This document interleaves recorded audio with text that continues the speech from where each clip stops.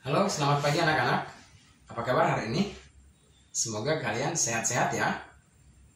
Dan semuanya kegiatan kalian dapat kalian laksanakan setiap hari dalam kondisi tubuh yang sehat, pikiran yang sehat ya. Oke, hari ini kita masuk pada bab 2, yaitu menumbuhkan kesadaran terhadap Undang-Undang Dasar Negara Republik Indonesia tahun 1945. Ini untuk kelas 8. Semoga kalian dapat tercukupi kebutuhan belajarnya, baik dari sekolah maupun dari jaringan internet, dari media sosial, YouTube. Semoga bermanfaat ya. Undang-Undang Dasar merupakan hukum dasar yang tertulis yang berlaku di Indonesia. Sumber hukum bagi peraturan perundang-undangan dan merupakan hukum tertinggi dalam tata urutan peraturan perundang-undangan di Indonesia. Jadi, Undang-Undang Dasar Negara Republik Indonesia merupakan hukum tertulis yang menjadi puncak dalam tata urutan perundang-undangan yang berlaku di Indonesia.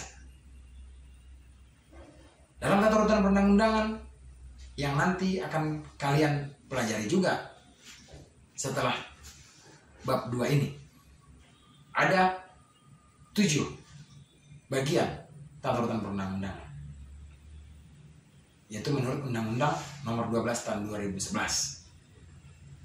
Tapi kita fokus untuk saat ini yaitu tentang pembukaan Undang-Undang Dasar Negara Republik Indonesia.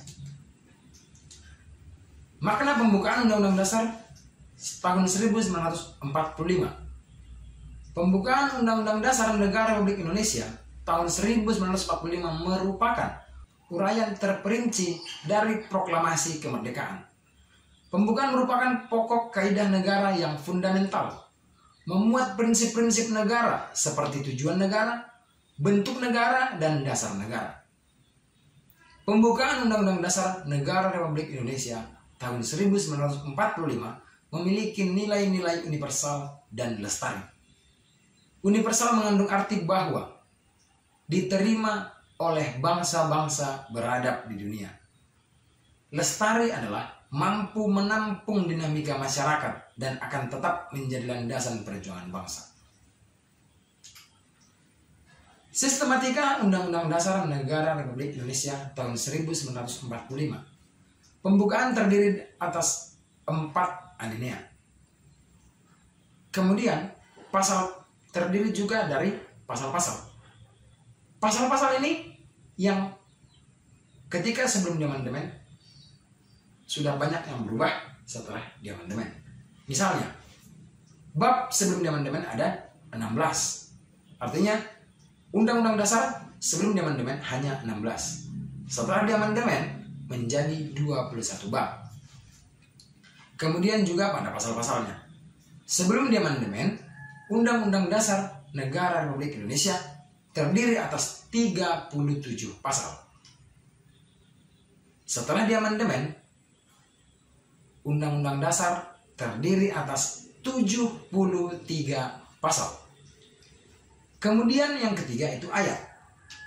Sebelum diamandemen, Undang-Undang Dasar Negara Republik Indonesia terdiri dari 49 ayat. Dan setelah diamandemen, Undang-Undang Dasar Negara Republik Indonesia tahun 1945 berubah menjadi 170 ayat. Demikian pula pada aturan peralihan. Aturan peralihan sebelum diamandemen terdiri dari 4 pasal. Dan setelah diamandemen menjadi 3 pasal aturan peralihan. Berikutnya pada aturan tambahan juga berubah, yaitu sebelum diamandemen terdiri dari 2 ayat. Berubah menjadi 2 pasal aturan tambahan. Itu yang terjadi perubahan pada sistematika Undang-Undang Dasar Negara Republik Indonesia tahun 1945. Berikut merupakan isi teks pembukaan Undang-Undang Dasar Negara Republik Indonesia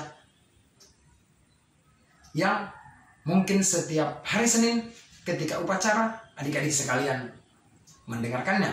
Mungkin juga sudah pernah ada yang berperan sebagai pembaca undang-undang.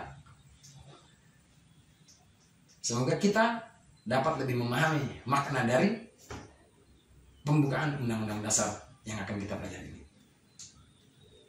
Makna alinea pembukaan Undang-Undang Dasar Negara Republik Indonesia tahun 1945. Alinea pertama mengandung makna dalil objektif, yaitu alasan bangsa Indonesia untuk berjuang, memperoleh dan mempertahankan kemerdekaan, agar penjajah tidak bertindak sewenang-wenang terhadap bangsa dan manusia lain. Dalil subjektif yaitu aspirasi bangsa Indonesia untuk melepaskan diri dari penjajahan. Perjuangan ini didorong oleh penderitaan rakyat Indonesia selama penjajahan dan kesadaran akan hak sebagai bangsa untuk merdeka. Kemudian, makna alinea pembukaan Undang-Undang Dasar tahun 1945, alinea yang kedua, menunjukkan kebanggaan dan penghargaan atas perjuangan bangsa Indonesia selama merebut kemerdekaan, dan keadaan sekarang tidak dapat dipisahkan dari keadaan sebelumnya. Yang pada artinya keadaan hari ini penuh perjuangan. Hingga tiba saat ini kalian adik-adik sekalian, kita sudah menikmati kemerdekaan. Kemudian yang berikutnya, makna alinea pembukaan Undang-Undang Dasar Negara Republik Indonesia tahun 1945. Alinea ketiga mengandung makna pengukuhan makna dari proklamasi yang luhur, didorong dari motivasi spiritual yang luhur, merupakan perwujudan sikap dan keyakinan bangsa Indonesia terhadap Tuhan Yang Maha Esa. Kemudian, makna dari alinea yang keempat. Makna alinea keempat mengandung makna tujuan negara yang akan diwujudkan oleh pemerintah negara, yaitu melindungi segenap bangsa Indonesia dan seluruh tumpah darah Indonesia, memajukan kesejahteraan umum, mencerdaskan kehidupan bangsa, dan melaksanakan ketertiban dunia yang berdasarkan kemerdekaan, perdamaian abadi, dan keadilan sosial. Itulah yang kita lihat, yang berisi, yang tertuang pada alinea keempat. Ketentuan diadakannya Undang-Undang Dasar. Bentuk negara, yaitu bentuk republik yang berkedaulatan rakyat. Kemudian dasar negara. Dasar negara kita tadi apa? Ya, betul, Pancasila. Kemerdekaan yang diraih harus mampu mengantarkan rakyat Indonesia menuju cita-cita nasional, yaitu negara yang merdeka, bersatu, berdaulat, adil dan makmur. Merdeka berarti negara terbebas dari penjajahan bangsa lain. Bersatu berarti bangsa Indonesia bersatu dalam negara kesatuan, bukan dalam bentuk negara lain. Berdaulat berarti sebagai negara Indonesia sederajat dengan negara lain, bebas menentukan arah dan kebijakan bangsa tanpa campur tangan penjajah. Adil berarti negara Indonesia menegakkan keadilan bagi warganya. Makmur berarti negara mewujudkan kemakmuran dan kesejahteraan bagi seluruh warga negaranya. Undang-Undang Negara Republik Indonesia tahun 1945 terdiri dari atas pembukaan dan pasal-pasal.